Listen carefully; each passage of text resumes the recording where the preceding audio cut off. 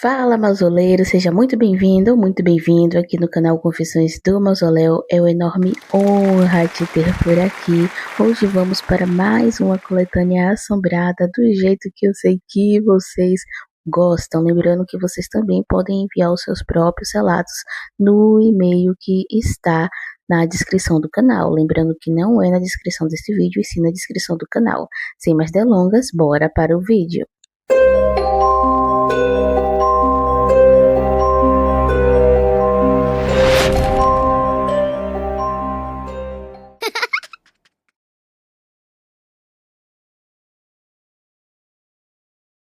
Boa noite a todos. Meu nome é Sofia e já deixo claro que os nomes reais foram alterados para preservar a identidade dos envolvidos. Eu moro em Goiás e esse relato aconteceu por aqui mesmo. Tudo começou num dia de viagem, quando eu, meu namorado e uns amigos decidimos ir acampar numa região bem isolada. A nossa ideia era justamente essa: nos enfiarmos no meio do mato, pescar, buscar lenha e coisas do tipo. Montamos acampamento num pedaço de terra que pertence ao tio-avô do meu namorado.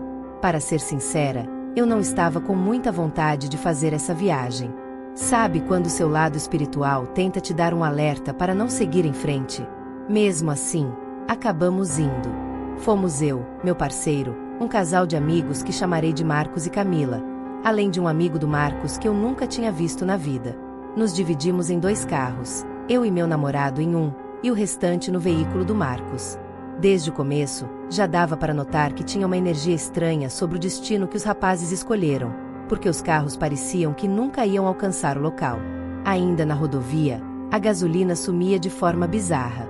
Como meu namorado conhecia o trajeto, parou num posto, encheu o tanque, calibrou os pneus e deu uma checada geral no motor. Retomamos a viagem e, uns 4 quilômetros depois do posto, pegamos a estrada de terra.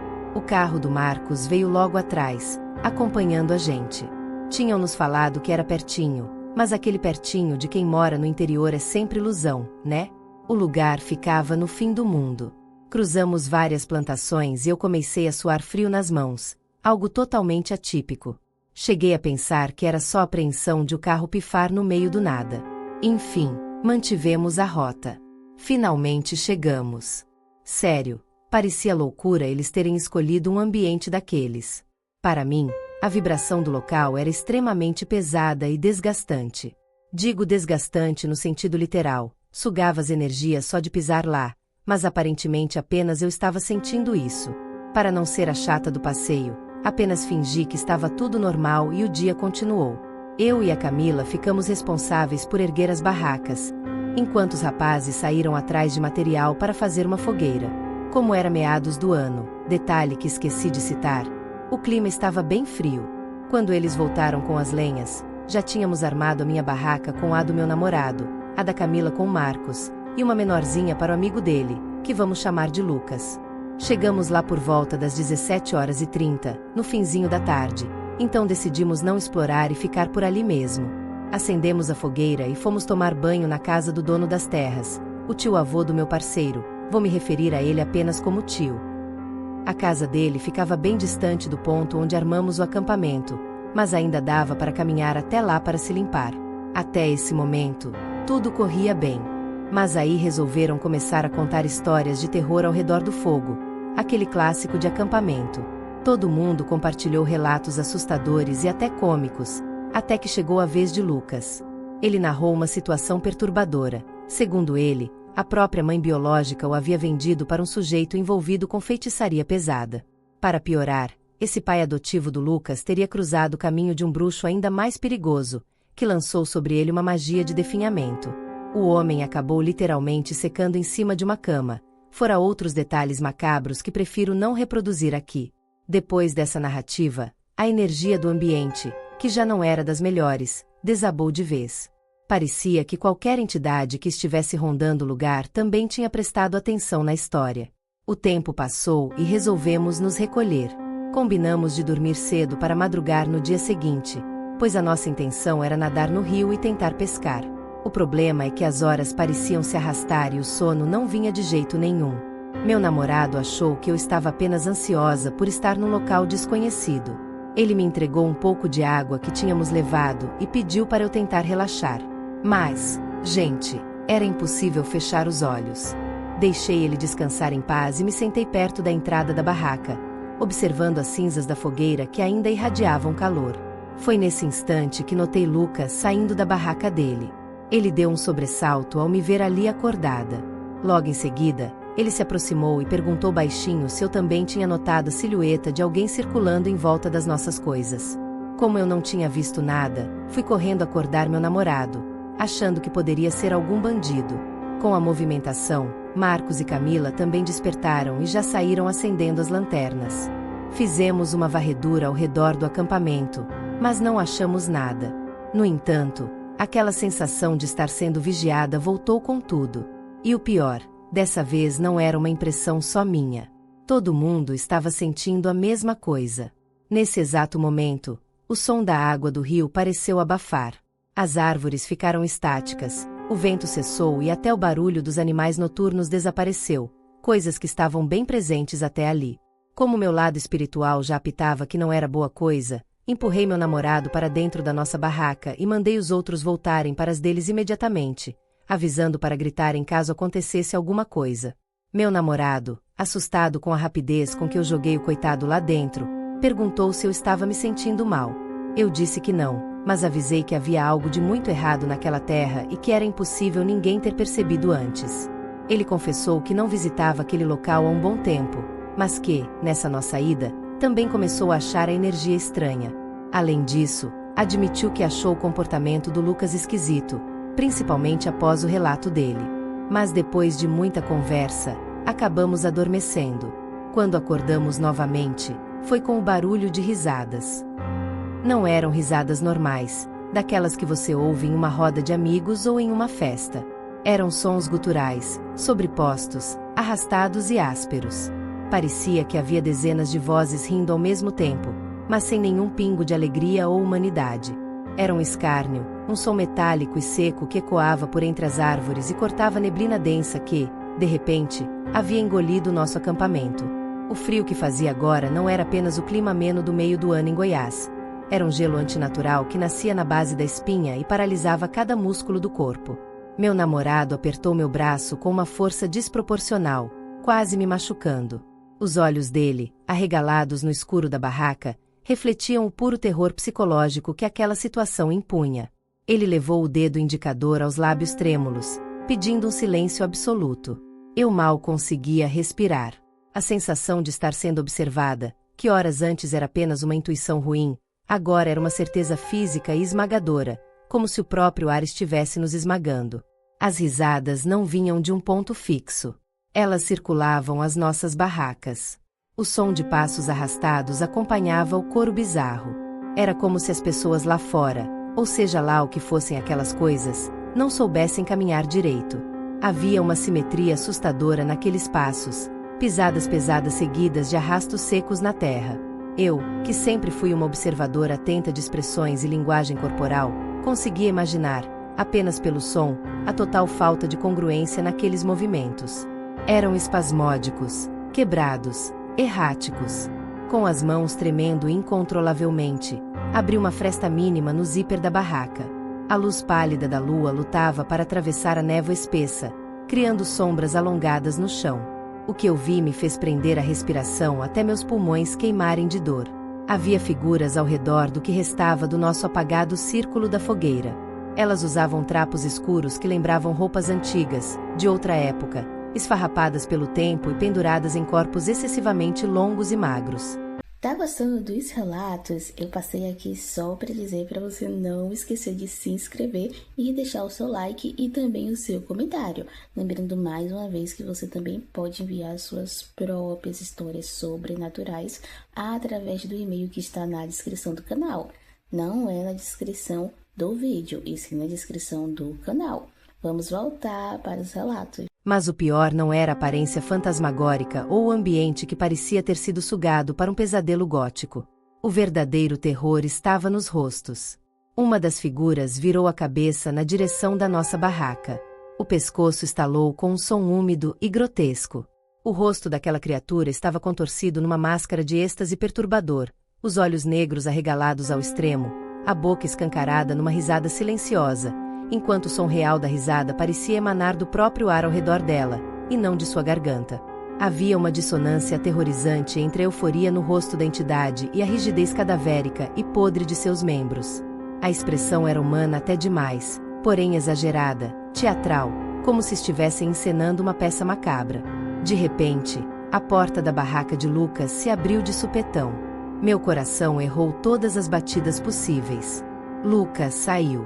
Mas ele não estava correndo, não estava chorando e muito menos gritando por socorro. Ele caminhava com uma calma sobrenatural, os ombros completamente relaxados, os passos firmes, elegantes e rítmicos. Ele parou no centro do círculo, de frente para aquelas entidades. Assim que ele se posicionou, a neblina pareceu recuar instintivamente diante dele. As risadas cessaram no mesmo milissegundo, substituídas por um zumbido grave, vibrante, que parecia o som de milhares de moscas trancadas dentro de uma caixa. A luz fria da lua iluminou o rosto de Lucas, e foi aí que a realidade desabou sobre mim. A expressão dele era de reverência absoluta. O mesmo garoto que horas atrás havia contado uma história terrível sobre feitiçaria, definhamento e magia negra, estava ali, sorrindo docemente para os pesadelos que nos cercavam. Havia uma simetria enlouquecedora entre ele e as criaturas. Enquanto elas exibiam reações exageradas e caóticas, Lucas era a âncora daquela loucura, regendo o momento com pequenos e sutis movimentos de mão. "Temos que sair daqui", sussurrei no ouvido do meu namorado, minha voz não passando de um fio de ar encostado no tímpano dele. "Agora!" Pela parte de trás. Ele assentiu, o rosto inteiramente banhado em suor frio. Com muito cuidado, ele puxou um canivete do bolso e começou a cortar o fundo da nossa barraca. O som do nylon sendo rasgado parecia ensurdecedor para mim, mas o zumbido lá fora encobriu o ruído. Nos arrastamos de barriga pela terra úmida até chegarmos atrás da barraca de Marcos e Camila. Arranhei o tecido, chamando pelo nome da Camila em um sussurro engasgado de desespero. Nenhuma resposta. Meu namorado forçou o zíper lateral e espiou para dentro. Ele recuou quase que imediatamente, o rosto pálido como cera, e balançou a cabeça negativamente, segurando o choro. Mais tarde, ele me confessaria a cena perturbadora. Marcos e Camila estavam sentados em seus sacos de dormir, de costas eretas, os olhos abertos e completamente brancos, babando, catatônicos, presos em um transe profundo induzido pelo que quer que Lucas estivesse conjurando lá fora. Sabíamos que não podíamos carregá-los. Se tentássemos, a atenção daquelas coisas se voltaria para nós, e morreríamos todos ali. O instinto de sobrevivência, cruel e primitivo, tomou o controle. A ideia inicial era correr até a casa do tio, onde tínhamos tomado banho. Mas, ao olharmos para a trilha, vimos que mais daquelas figuras esguias bloqueavam o caminho, balançando de um lado para o outro como pêndulos humanos. A única saída era a estrada de terra onde tínhamos deixado os carros. Corremos para a floresta densa. A mata à noite parecia estar viva e com ódio de nós.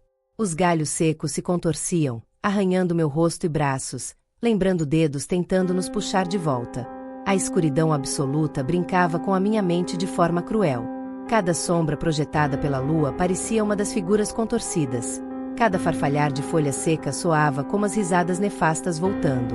Eu não olhava para trás. Focava apenas nas costas do meu namorado, correndo mais rápido que a adrenalina permitia, sentindo o gosto metálico de sangue na garganta devido ao esforço. O trajeto de volta parecia 5 vezes mais longo do que o normal. A atmosfera daquele lugar havia sido moldada para nos quebrar psicologicamente, para drenar nossa sanidade passo a passo, exatamente como o bruxo da história secava suas vítimas na cama. Quando finalmente rompemos a linha das árvores e avistamos a clareira improvisada onde os carros estavam, eu já não sentia minhas pernas. O carro de Marcos estava lá, coberto por uma fina camada de poeira e orvalho. Corremos direto para o carro do meu namorado. Ele enfiou a mão trêmula no bolso da jaqueta, procurando as chaves. O desespero atingiu um pico insuportável quando a chave escorregou dos dedos dele e caiu na grama alta.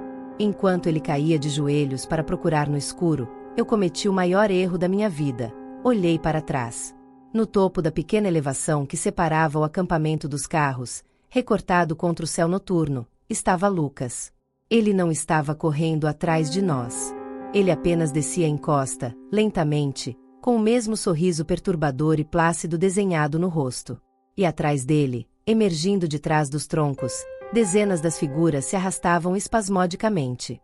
Os rostos pálidos e contorcidos delas brilhavam na penumbra. Acha logo essa chave! Gritei, perdendo completamente o filtro e o medo de fazer barulho. Meu namorado encontrou o chaveiro, destrancou o carro e nós praticamente mergulhamos para dentro. Ele enfiou a chave na ignição e girou. O motor engasgou de forma seca. O som do motor falhando foi o barulho mais aterrorizante que já ouvi. A tensão dentro da cabine era tão palpável que eu sentia que podia cortá-la com uma faca. O ar parecia feito de chumbo denso.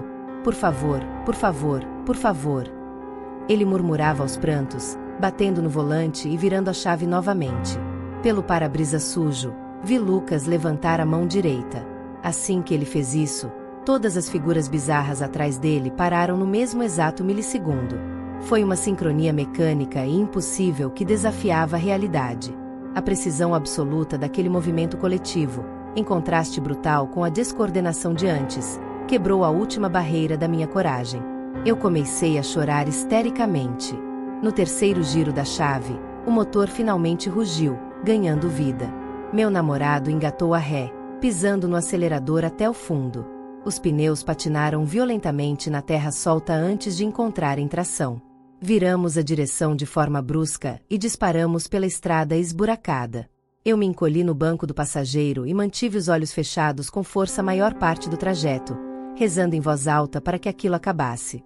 Nós só paramos quando chegamos na delegacia da cidade mais próxima, já com o dia clareando. Explicamos tudo aos policiais de forma frenética e caótica. A viatura foi até as terras do tio do meu namorado no meio da manhã. Quando chegaram lá, encontraram um cenário impossível. As barracas estavam intactas. Marcos e Camila foram encontrados dormindo de forma serena em seus sacos de dormir. Quando acordados pela polícia, eles não se lembravam de absolutamente nada do que houve na madrugada. A memória deles se encerrava no exato momento em que deitaram para dormir. O carro de Marcos também estava perfeitamente estacionado e trancado. Mas havia um detalhe, uma peça que a polícia nunca conseguiu encaixar, o que fez o caso ser classificado como desaparecimento sem solução. Lucas havia sumido da face da terra. As roupas, a mochila e os documentos dele não estavam na barraca. Não havia rastros, não havia pegadas além das nossas fugindo em direção aos carros. Quando o tio do meu namorado foi chamado para prestar depoimento sobre a área do acampamento, ele ficou pálido. Soubemos depois que ele se recusou a falar sobre o histórico daquele pedaço específico de terra e acabou vendendo a propriedade semanas depois por um valor absurdamente baixo, apenas para se livrar do título. Anos se passaram até que, investigando por conta própria em registros antigos de cartórios da região de Goiás, eu descobri algo que me gela o sangue até hoje. Aquele exato pedaço de terra afastado havia pertencido, na década de 1940, a um homem isolado da sociedade. Um homem que a cidade inteira jurava ter feito pactos indescritíveis envolvendo feitiçaria pesada para sobreviver a uma praga que destruiu sua família. Um homem que, de acordo com as certidões amareladas, carregava exatamente o mesmo sobrenome da família biológica que vendeu Lucas na infância. Eu nunca mais voltei a acampar. Meu relacionamento não resistiu ao trauma, e Marcos e Camila cortaram contato conosco, atormentados por pesadelos que não sabiam explicar. E até hoje, quando eu estou sozinha em casa e o silêncio da noite fica absoluto demais, eu tranco todas as portas e janelas. Pois eu sei que, em algum lugar perdido no meio do mato, a peça de teatro macabra de Lucas continua em cartaz, e ele está apenas aguardando ansiosamente pela chegada de um novo público. Encerramos por aqui, mausoleiros. Se gostou do vídeo de hoje, foi muito recheado. E então já não esquece de se inscrever aqui no canal, deixar o seu like, o seu comentário para estar acompanhando aqui sempre mais. Lembrando que você pode enviar suas próprias experiências através do e-mail que está na descrição do canal para ser relatado aqui também. E é isso, um beijão, até mais, bye bye.